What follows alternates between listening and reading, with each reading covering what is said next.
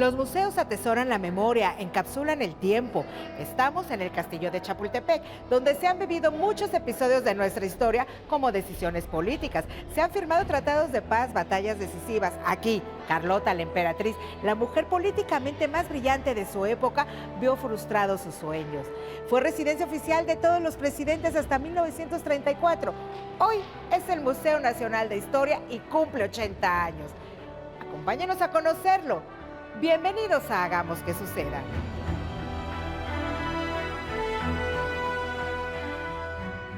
Yo pienso que es el sitio de la memoria histórica hecho objetos, porque están los archivos, que son palabras, pero aquí se oyen las voces de los muertos.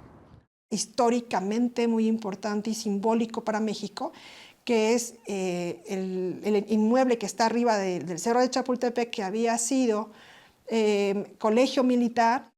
Para mí es una pasión estar en los depósitos. Aparte que realizamos algo importante que es la conservación preventiva, eso nos permite que con el tiempo otras futuras generaciones puedan apreciarlos y admirarlos. Creo que es maravilloso y sobre todo como mexicanos tenemos que conocer nuestra propia ciudad.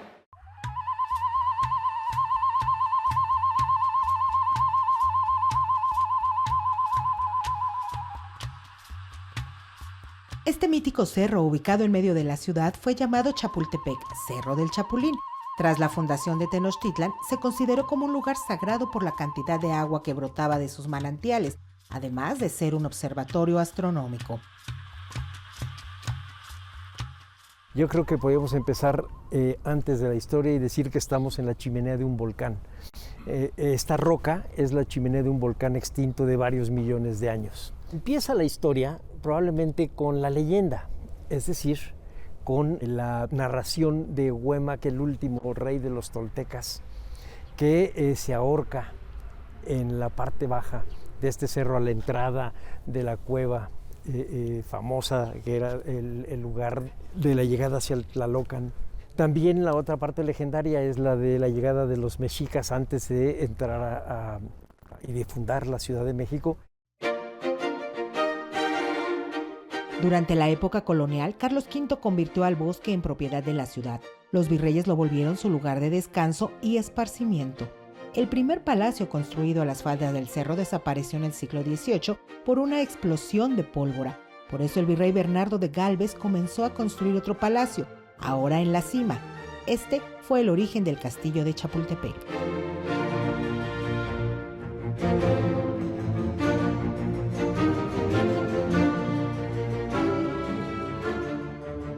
El palacio se vuelve realmente un espacio ya de gobierno, no solo de descanso, porque buscaban no estar en México, porque donde está el Palacio Virreinal, hoy Palacio Nacional, en aquella época se inundaba. Tenían que estar en un lugar un poco más alto. Cada vez que había una inundación en la Ciudad de México, había epidemias. Se cuenta de una en el siglo XI o XII, que duró 100 años la inundación. Nunca pudieron terminar de hacer el castillo. Y era solamente esta parte donde estamos nosotros, el Alcázar. Durante mucho tiempo se le llamó así, el Alcázar de Chapultepec. Y queda abandonado hasta el siglo XIX, cuando se funda el colegio militar, acá ya a principios de los años 40. En el Alcázar pasó la noche el ejército trigarante antes de entrar a la Ciudad de México para consumar la independencia en 1821. Ya convertido en colegio militar, recordamos la batalla del 13 de septiembre de 1847, cuando los cadetes del colegio militar defendieron con su vida la soberanía de México frente a Estados Unidos.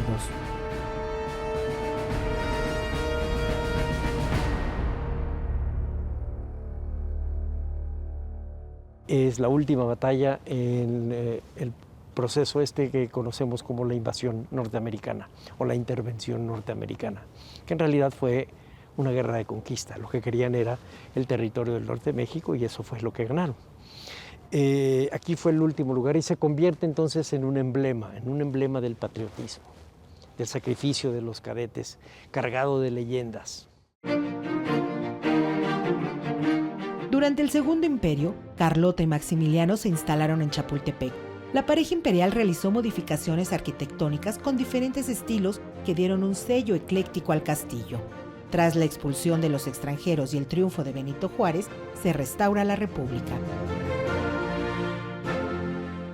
Viven aquí los presidentes de México desde Lerdo de Tejada, es decir, Juárez no, pero Lerdo de Tejada sí, en la República restaurada, hasta Abelardo Rodríguez. Estamos hablando de los 1873, 72, 73, hasta 1934.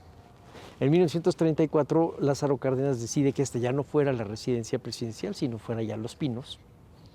Y en 1939, él, al fundar el INAH, hace 85 años, funda también el Museo Nacional de Historia en el Castillo de Chapultepec. Pero el museo abre hace 80 años, en 1944.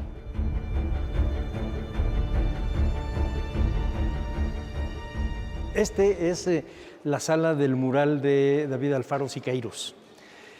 Lo pintó entre 1957 y 1964, es decir, en el periodo de gobierno de López Mateos.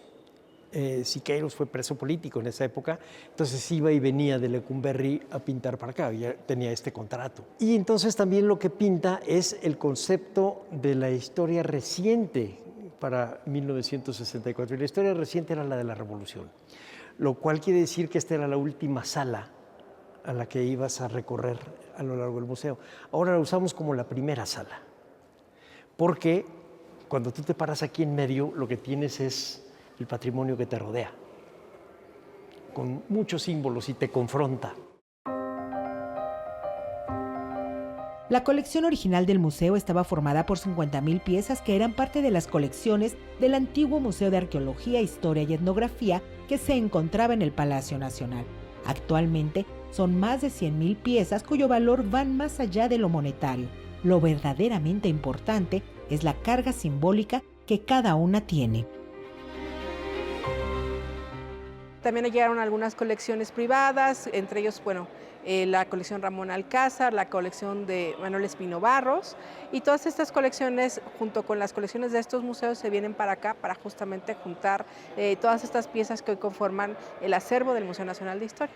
Las tareas en este museo son muy amplias y hay que ocuparse de la conservación y de la restauración de todos los objetos que se encuentran en este museo.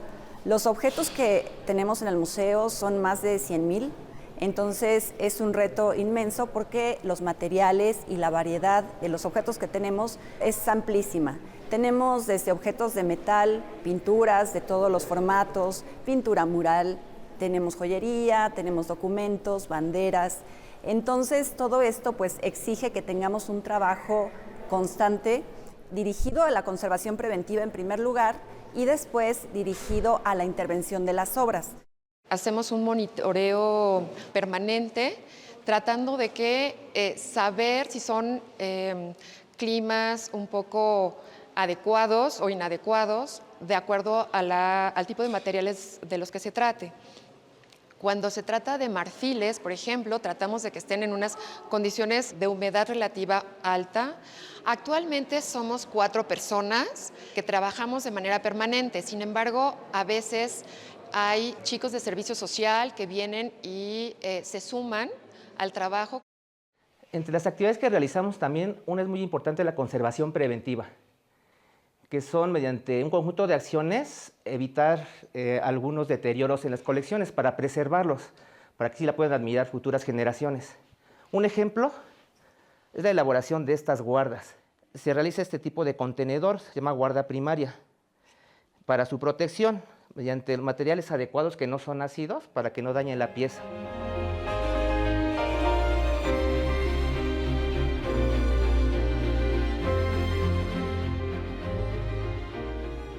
Bastante bonito, mucha historia.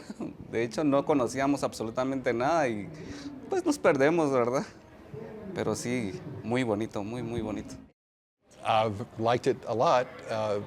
It has a lot of history to teach you, and you know this is a palace for and we were kind of looking for the grand things, but we really ended up going through the history parts of the exhibit. You know, we know some of it, but then to see it from a Mexican perspective, you know, we noticed that all the exhibits were in Spanish, which we thought was interesting. And I think the one part where the greatest, I guess, sorrow was the loss of Texas and how that is felt by. Desde aquí miramos el Paseo de la Reforma, antes llamado Paseo de la Emperatriz, donde Carlota esperaba todas las tardes a que Maximiliano regresara del Palacio Nacional. Este privilegiado mirador ha sido testigo y protagonista de romances, gestas, secretos, decisiones de Estado, hechos que han dejado huella en nuestra nación. La idea era más bien una concepción urbana muy grandiosa que se pareciera a Francia, a los Champs-Élysées. Lo que sí es que sí se veía perfectamente bien la ciudad. Y es aquí, donde estás parada tú y donde estoy parado yo, el lugar a donde James Krillman entrevistó a Porfirio Díaz. ¿Esta es la esquinita? En esta esquina. Y Krillman explica que Porfirio Díaz era este indio viejo, con un porte muy especial y que dominaba todo este valle. Bueno, lo que dijo Porfirio Díaz en esa entrevista da origen a la Revolución Mexicana. Prende la chispa de la democracia, prende la chispa que lleva a Madero después a levantarse en armas.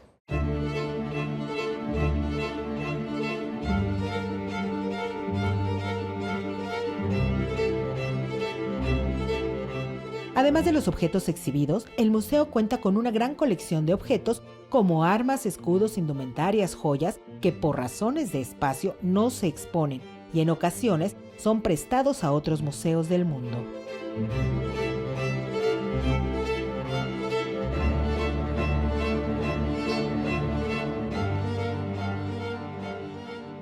En este caso, este museo cuenta con un área de investigación. El objetivo de todo museo, y en este caso una de las vocaciones de este Museo Nacional de Historia, es estudiar las colecciones para su mejor difusión. Entonces, así tenemos un área de investigación dividida en la colección de indumentaria, la colección de mobiliario y enseres domésticos, un área de arqueología, una de numismática, una de documentos, escultura. Y en mi caso me toca una colección muy amplia, que es esta de tecnología y armas, que yo digo que va desde unas tijeras, pasando por el astrolabio hasta las armas.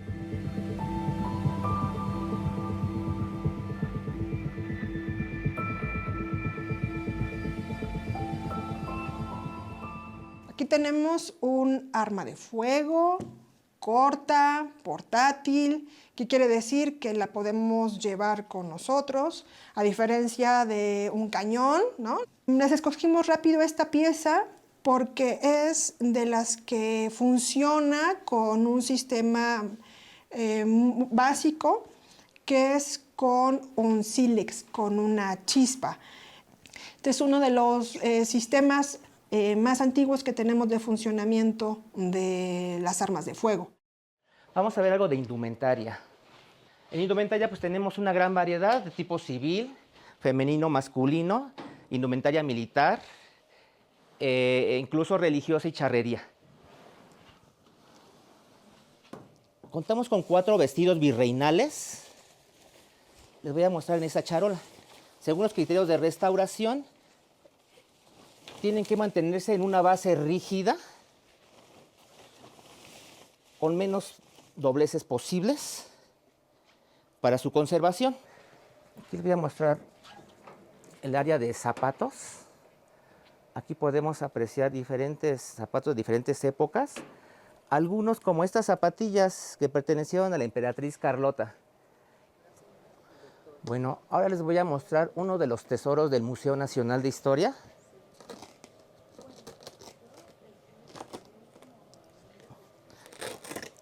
Que es el escudo Ochimali,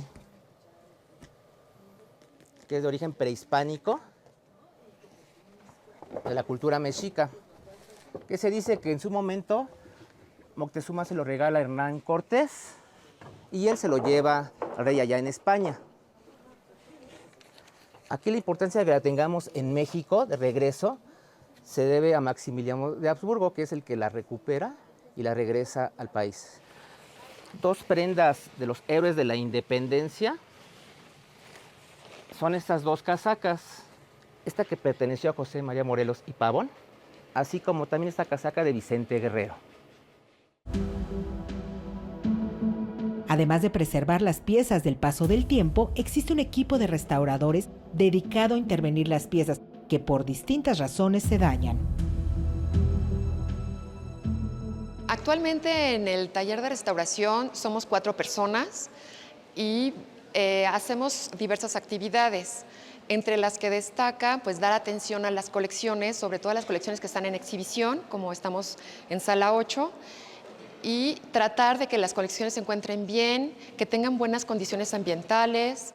Ciertamente en el día a día tenemos que hacer los trabajos de restauración de muchas de las obras que están en exhibición y también de obras que se van en préstamo. Pero muchas veces, como esta pintura, el formato requiere que tengamos un trabajo mucho más específico, que requiere más tiempo y requiere de más personal. Yo llevo ya 20 años trabajando en restauración. Mi especialidad va más hacia pintura y hasta documentos gráficos, pero cada restaurador se va especializando en diferentes cosas. Los museos se enfrentan a distintas circunstancias que pueden poner en peligro sus colecciones, como catástrofes naturales, vandalismo, el polvo o el tiempo mismo. En caso de un incendio no podemos recuperar nada. Si hay un sismo, de alguna manera puede haber fragmentación en algunos objetos, pero se pueden restaurar. Se pueden caer unas pinturas, pero se pueden restaurar. En un incendio no se pueden restaurar. Si ya se quemaron, ya es carbón y ya no se puede sacar nada. Pero sí es muy importante estar prevenidos en cualquier momento para un acontecimiento así. Yo creo que es el mayor enemigo del museo. Pierdes tanto que no lo puedes medir. Con que se pierda una pieza ya es mucho. Pero si se llega a ver un accidente aquí, pierdes tanto que nunca lo vas a poder medir. En términos de números son 106,000 piezas si es que se quemara todo. Pero no son números. Es la carga simbólica de cada pieza. El olvido, quizá, la pérdida de la memoria. Por eso los museos son eso precisamente, el estar todo el tiempo ayudando a que esa memoria no se pierda, a que lo que formaba parte de la historia de los objetos se siga conservando y en lugar de perderse, se siga sumando. Entonces se hace todo lo posible para que no se pierda. Memoria material, en el caso de la constitución de los elementos de los objetos, y otra, la memoria de la propia pieza. Ahora es en realidad un museo que es un foco cultural diverso. No solamente tenemos los objetos y exhibimos y conservamos objetos, sino también se da lugar a artes escénicas, a talleres de pintura, etcétera. Buscamos que tenga un poco el espíritu de Chapultepec, porque Chapultepec era nada más este cerro con los árboles que estaban alrededor y hoy es todo este bosque enorme que va a dar hacia el poniente de México. Entonces este espíritu de ir creciendo y de ir con el tiempo, de fluir con el tiempo, como decían los romanos, el tiempo es un dios de agua, hay que dejarlo que fluya. El Museo Nacional de Historia Castillo de Chapultepec es uno de los más visitados de nuestro país. Los fines de semana recibe entre 45 y 50,000 visitantes. Es un espacio vivo con un sinfín de actividades que permite vivir la historia a través de sus objetos. Hemos buscado que se haya diversificado, entonces deja de ser un lugar tan solemne como la casa de un presidente, en donde él vivía aquí, pero despachaba acá a un lado, en donde están ahora las Malaquitas, y se ha vuelto un lugar de paseo. Por ejemplo, los domingos, el día que menos recibimos visitantes, unos 25,000, el que menos. O sea, es un lugar que atrae a la gente. Cumplimos 80 años, pero la única manera en la que un museo puede vivir es siendo visitado.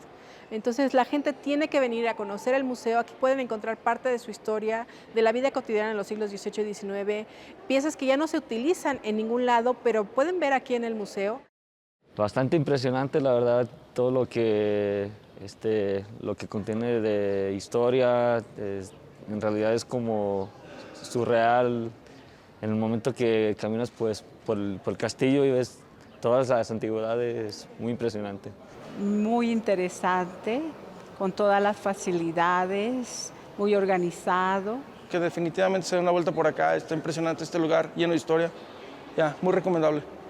Sería importante invitar a todos aquellos que somos mexicanos que nos diéramos un espacio. Es muy bonita la historia de nuestro país.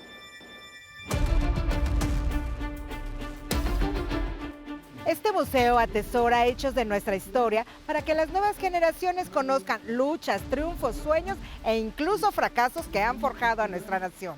Conservar la memoria del pasado ayuda a construir un mejor porvenir.